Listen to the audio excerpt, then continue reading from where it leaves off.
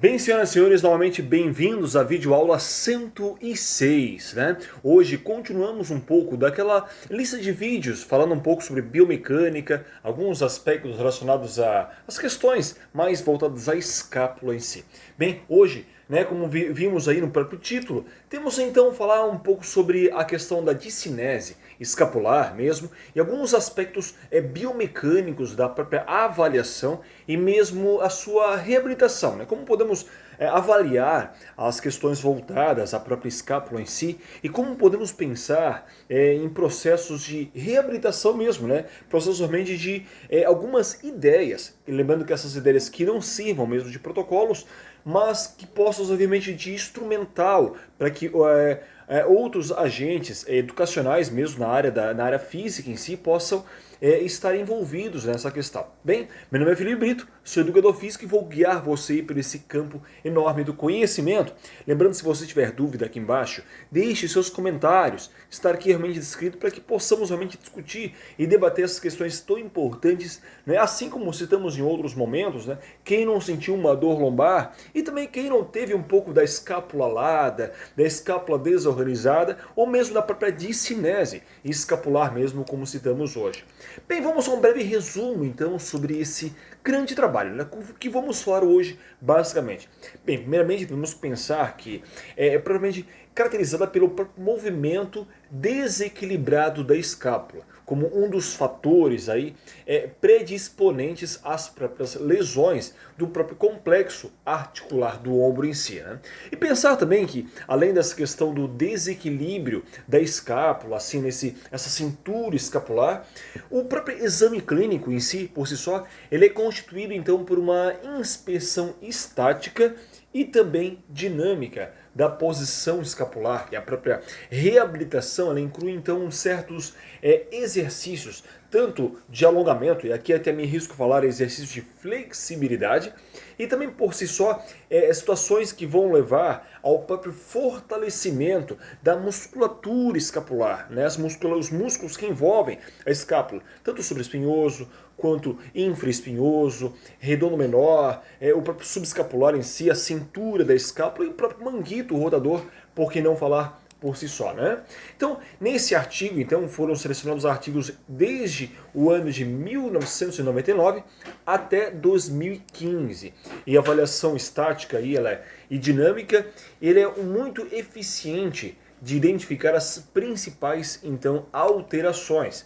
Com isso, né, temos essa breve introdução sobre esse trabalho. Bem, nessa introdução vamos falar então sobre a própria escápula, como ela exerce algumas funções então essenciais para o correto funcionamento da própria articulação glenomeral em si, a articulação que envolve a cabeça realmente da articulação glenomeral, que é essa bola com cavidade que abarca, enfim, na cavidade glenoide em si. E principalmente quando pensamos, senhores, durante a própria elevação, né, do ombro, a sua abdução do ombro e a própria flexão do ombro, e do complexo articular do ombro, quando ele se passa em si a 90 graus. Ou seja, quando eu pego o braço e coloco nessa posição a 90 graus, quando eu faço uma abdução do ombro, com uma flexão do ombro, nesse momento, realmente, a escápula exerce uma função essencial de conduzir todo esse ritmo que chamamos de ritmo escápulo-humeral.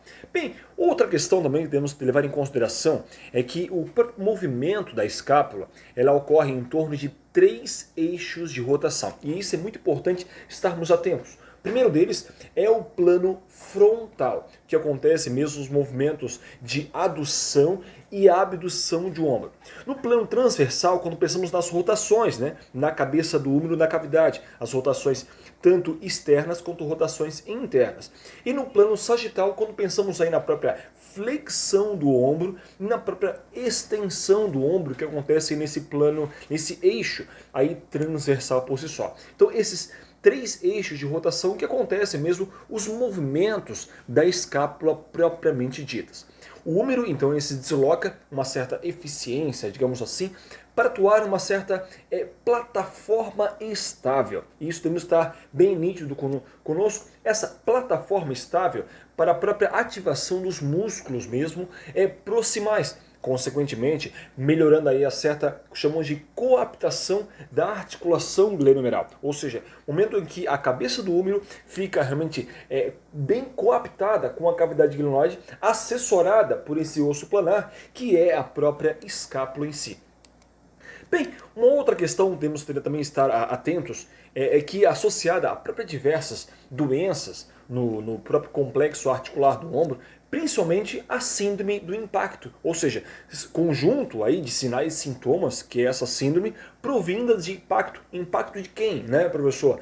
Impacto da cabeça do úmido com o teto, né, subacromial, ou seja, esse momento em que esse acrômio, que é esse ossinho que temos aqui em nosso ombro, né, acaba quando nós elevamos o braço aqui nessa posição, então há essa impactação, também conhecida também como a própria bursa, a bursite em si acaba sendo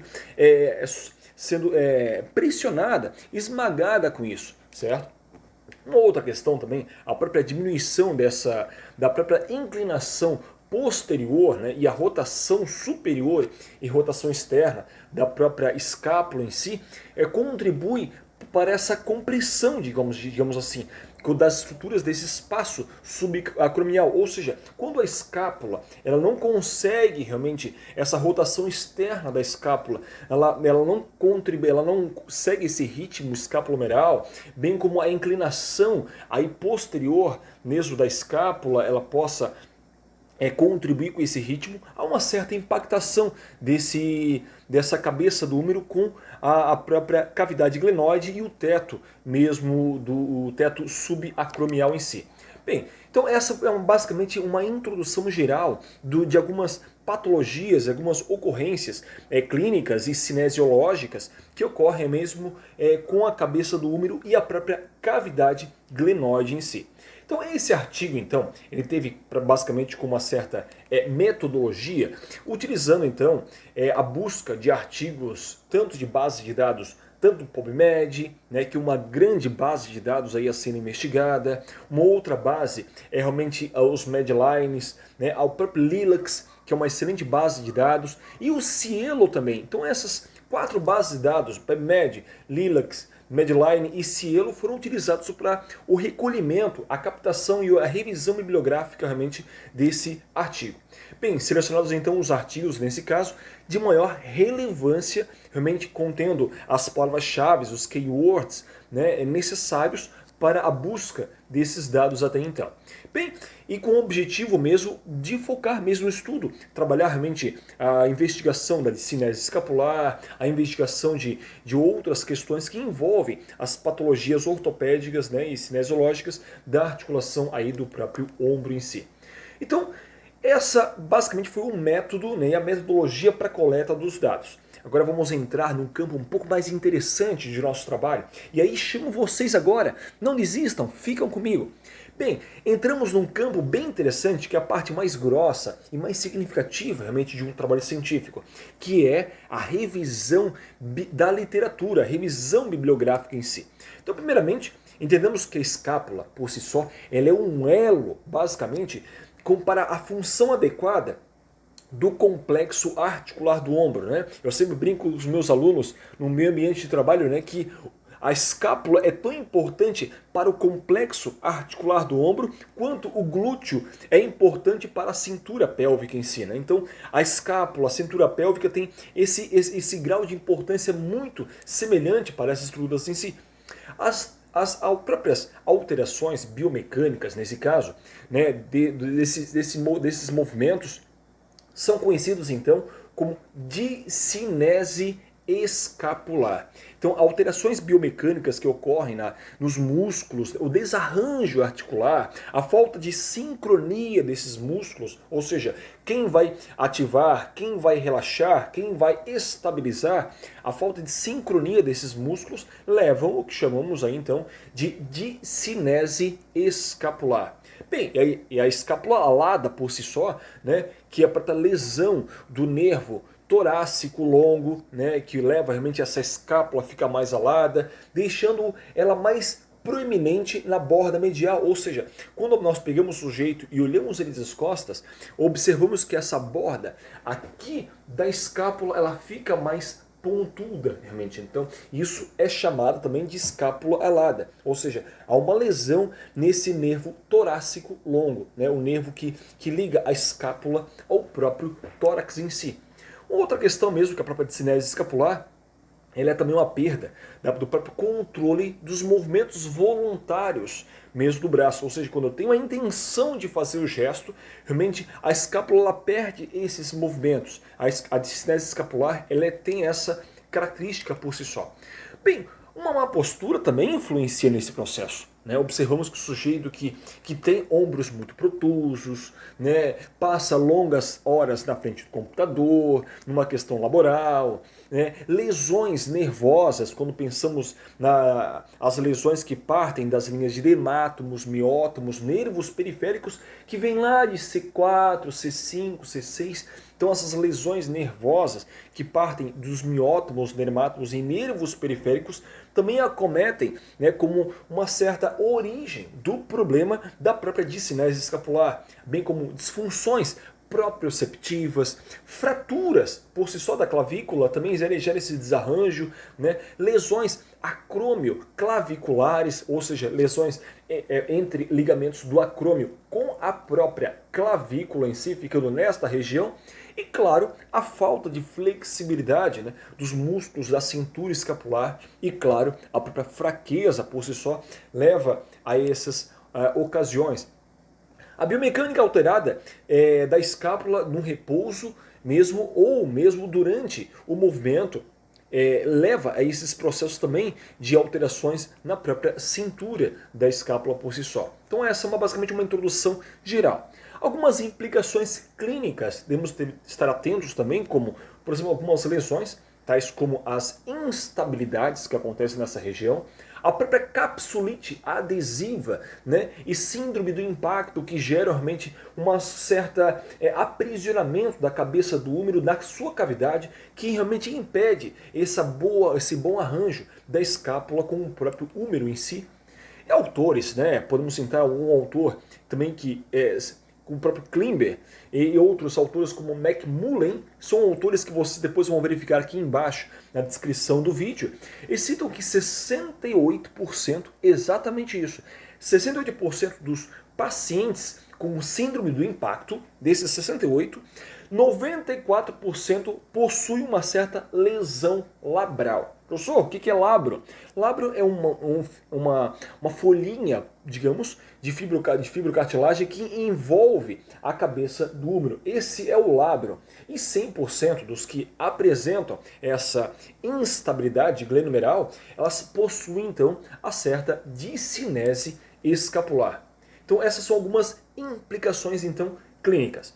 Algumas implicações então, de certa forma, biomecânicas, é pensar que durante a própria elevação do membro superior, a escápula por si só, ela deve rodar para cima e externamente. Ou seja, se não tiver esse movimento de rotação para cima e externamente, realmente há um certo desarranjo da própria escápula durante o sujeito. Então aí, puxando um pouco, né, a questão durante exercícios como elevar do braço, exercício contra resistência, né, com uma elevação lateral. Então essa recomendação para que o sujeito tenha essa consciência do ritmo da escápula com esse braço de alavanca que é o úmero, né, que vai girar esse eixo realmente dentro da rotação da glenumeral. Então buscar conscientizar esse meu aluno, esse meu cliente, para que ele tenha um bom ritmo da escápula com o úmero é uma boa ferramenta mesmo de aconselhamento, uma boa ferramenta mesmo de orientação durante uma prescrição de uma atividade física, de um exercício propriamente dito. Bem, outras questões também que temos que pensar, senhores, é que os músculos, tanto o músculo serrátil anterior quanto o próprio trapézio, são essenciais, segundo esse artigo, né, para esse movimento ocorrer, ou seja, contribuindo para esse posicionamento adequado da escápula durante atividades da própria elevação do braço. E até diria, realmente arrisco a falar, que o músculo que fica logo mais aqui à frente da escápula, chamado subescapular, que é um principal estabilizador e depressor realmente da estrutura da escápula em si, a ser mais acoplada junto ao gradil costal, propriamente dito.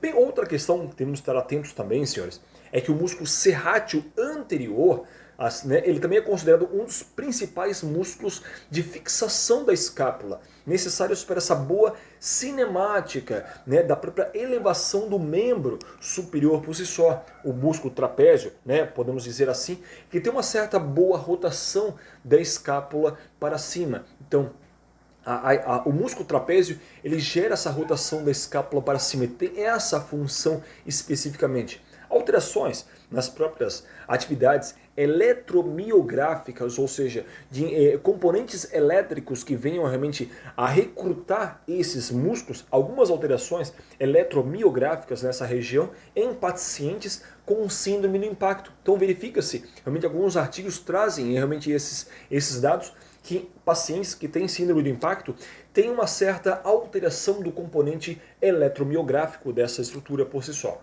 Bem, mais evidências sobre a condição de carga, situações que favorecem uma certa diminuição do espaço subacromial. Então, ou seja, condições que o sujeito está elevando um braço com uma carga específica, seja um desenvolvimento de braço ou uma elevação de braço lateral, geram realmente, elas contribuem, favorecem realmente para essa diminuição desse espaço subacromial, ou seja, mais um critério para fazer essa boa relação custo-benefício, em que momento eu vou colocar ou não o meu sujeito a fazer uma elevação de braço lateral ou um desenvolvimento de ombro, propriamente dito.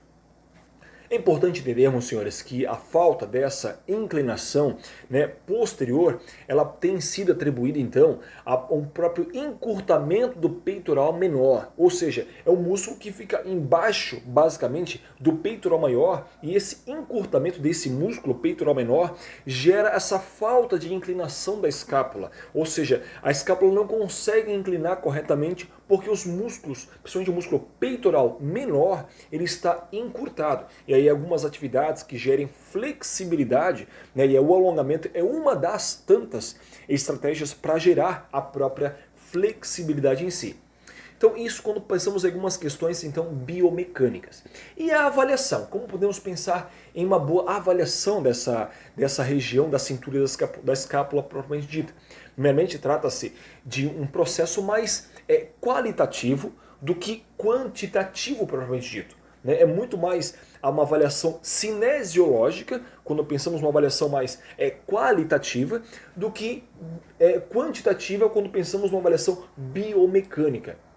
Ou seja, não é possível e se identificar os tipos de posições, isso é muito importante estar bem claro nisso, ou padrões de movimentos da escápula por si só, até pelo grau de liberdade articular que a escápula tem, adução, abdução, rotações internas e externas, circunduções em vários lados, e algumas consequentes implicações clínicas então que tem muitas vezes com esses padrões aí de movimentos propriamente ditos. Dificuldades mesmo em caracterizar o próprio envolvimento da escápula nas patologias do complexo articular do ombro. Ou seja, a literatura é um pouco escassa ainda em pesquisas, em estratégias de diagnóstico realmente com envolvimento da escápula nas patologias do complexo articular do ombro. E aí, novamente, eu me arrisco a dizer, assim como é difícil fazer essa sincronia da escápula na relação articular do ombro, também é difícil, na relação da cintura pélvica, fazer essa relação direta do glúteo médio com os músculos que envolvem o quadril, com a relação do agachamento. Ainda são escassas as pesquisas que envolvem esta região. Bem, a massa muscular, propriamente dita, tanto local em si da escápula, ela esconde muitas vezes as saliências ósseas na superfície da pele. E isso muitas vezes é um impeditivo para que eu possa fazer um bom exame clínico.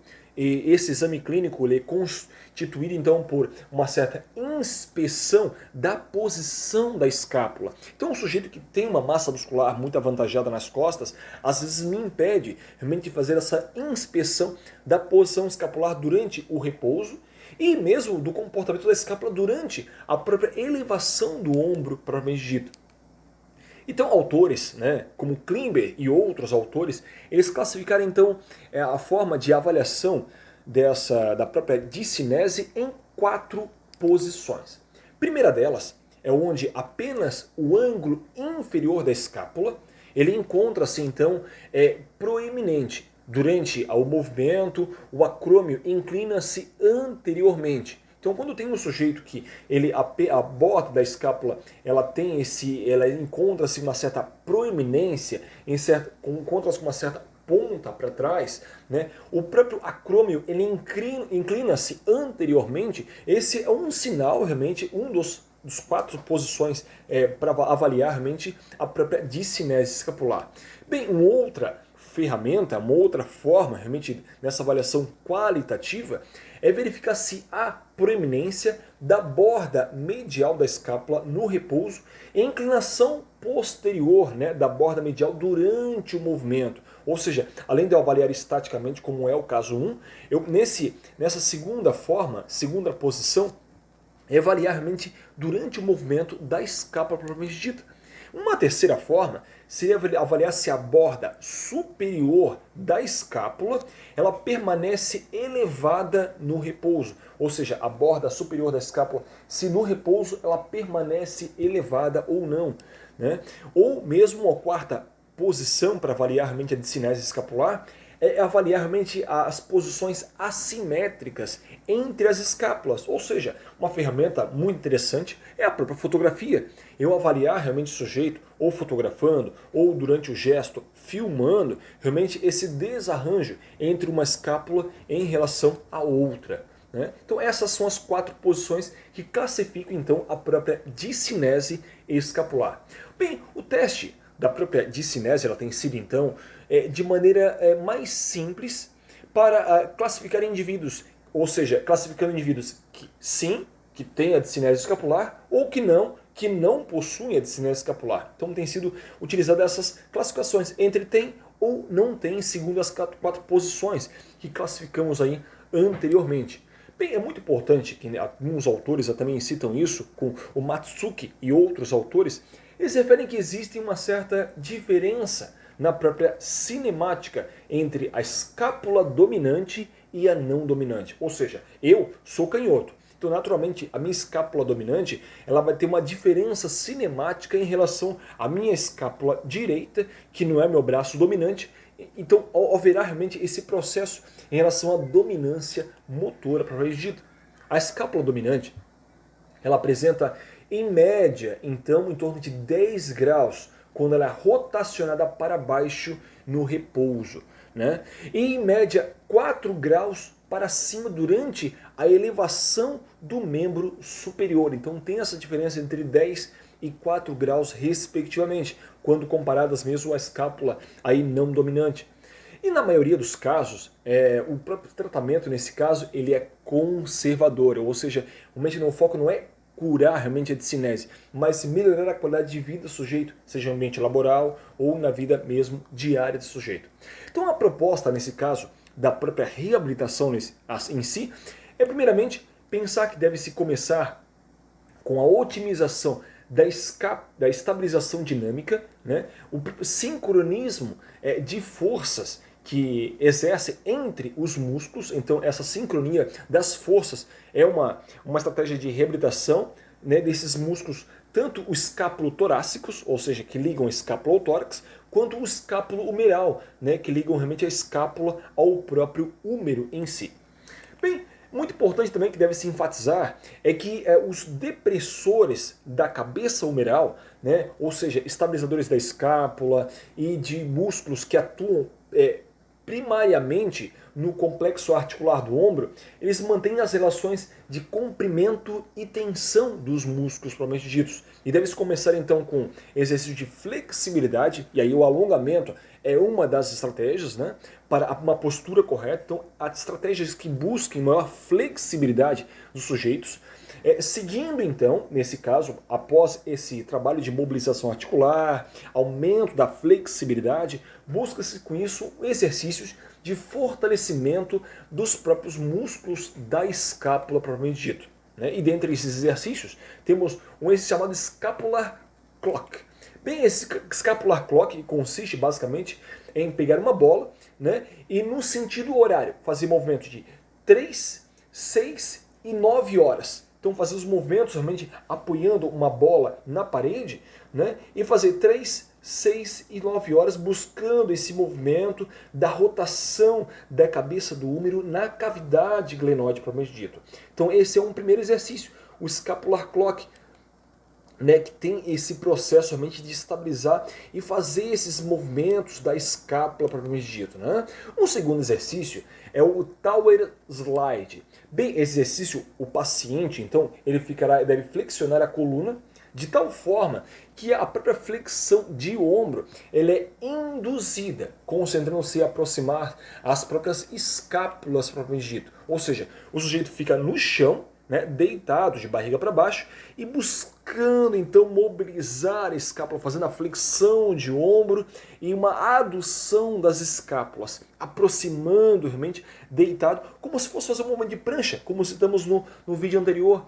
Então o sujeito fica justamente nesta posição, mobilizando a própria escápula. Então esse é um segundo exercício, conhecido como Tower Slide. Um outro exercício, né, é o famoso Ball Stabilization.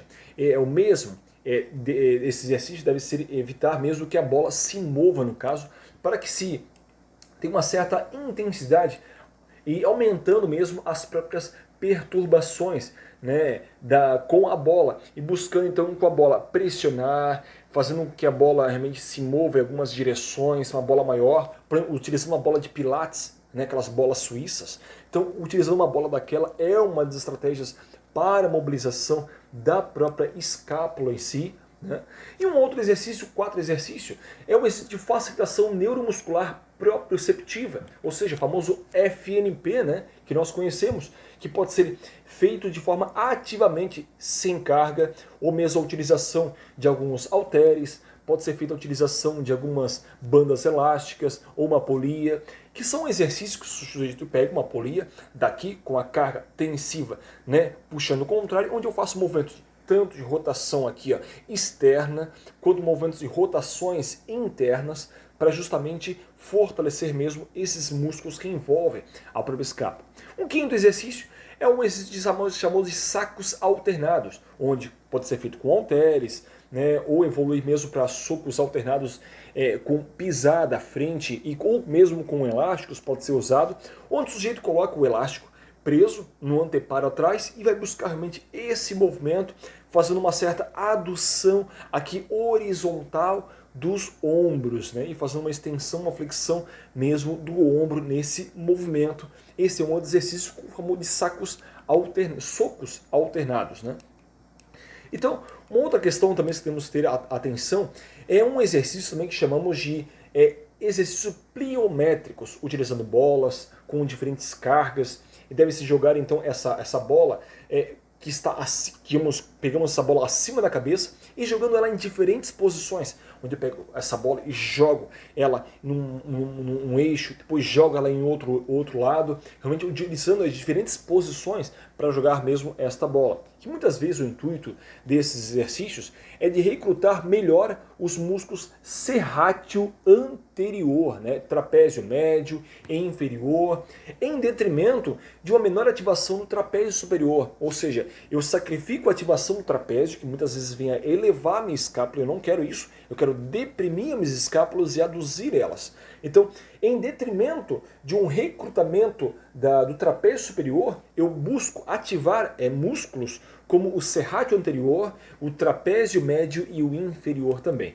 E com isso, né, eu tenho algumas situações autores, que até eu cito um dos sujeitos que mais escrevem sobre cintura da escápula, chamado R.F. Escamilla, e um outro sujeito chamado Wilke. Então esses dois sujeitos, Escamilla e Wilke, eles sugerem então, basicamente, que os protocolos de reabilitação devem ser iniciados então com baixas cargas e maior número de repetições. Ou seja, eu coloco cargas baixas e faço repetições de 15, 20, 30 repetições, uma vez que esses músculos, isso é muito importante entendermos, né?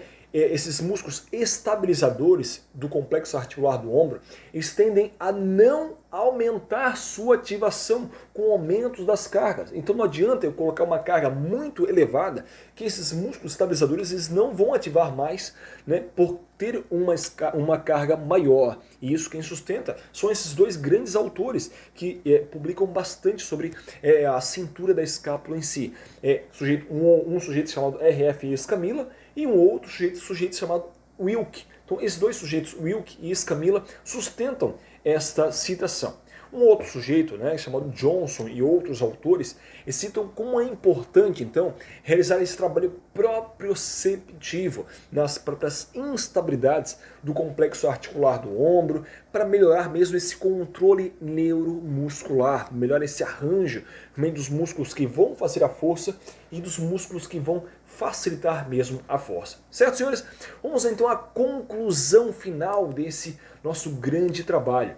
É importante entendermos que o método de avaliação dinâmica da escápula ele é qualitativo, ou seja, e segue nos padrões da própria cinesiologia, né? Porém, ele ainda é um meio rápido e tem demonstrado ser eficiente no próprio diagnóstico da própria cinese escapular. O músculo, né, serrátil anterior, como citamos bastante nesses materiais, ele parece ser o mais importante. Então ele parece e dá alguns indicadores como sendo um dos mais importantes, como sendo o protagonista, né, da estabilização da escápula no gradil costal, que é o serrátil anterior, na própria participação da estabilidade da escápula em si. Né? E é importante ressaltar que os exercícios devem ser, que foram mesmo descritos, eles devem ser evitados como um protocolo. Então que não sirva para vocês que estão assistindo que esses exercícios servirão como receitas de bolo a serem seguidas. Mas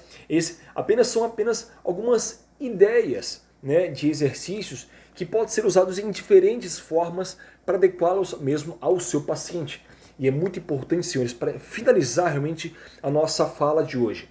A individualização do tratamento é o meio mais eficiente para isso, certo? Individualidade biológica é de suma importância, certo, senhores? Realmente muito obrigado a todos vocês, lembrando que todas as referências desse trabalho estarão descritas aqui embaixo na descrição do vídeo. Joia? Lembrando, não se esqueça de se inscrever no canal, acione o sino para que você receba sempre as notificações dos vídeos que nesse período estão sendo constantemente publicados aí. Joia? Muito obrigado novamente a todos vocês. Se precisarem realmente mandarem uma informação para mim, mandem no meu e-mail felipebritoitj@gmail.com. Manda um e-mail, às vezes você não quer realmente deixar o seu comentário aqui embaixo para que os outros possam ler, quer algo mais privado, me manda realmente no meu e-mail, beleza? Acesse também meu Instagram, Felipe Brito ITJ. Esse é meu Instagram, me segue lá realmente que estão sendo constantemente postadas outras publicações também nessa mídia social. Joia? Muito obrigado a todos vocês e até um próximo momento. Valeu!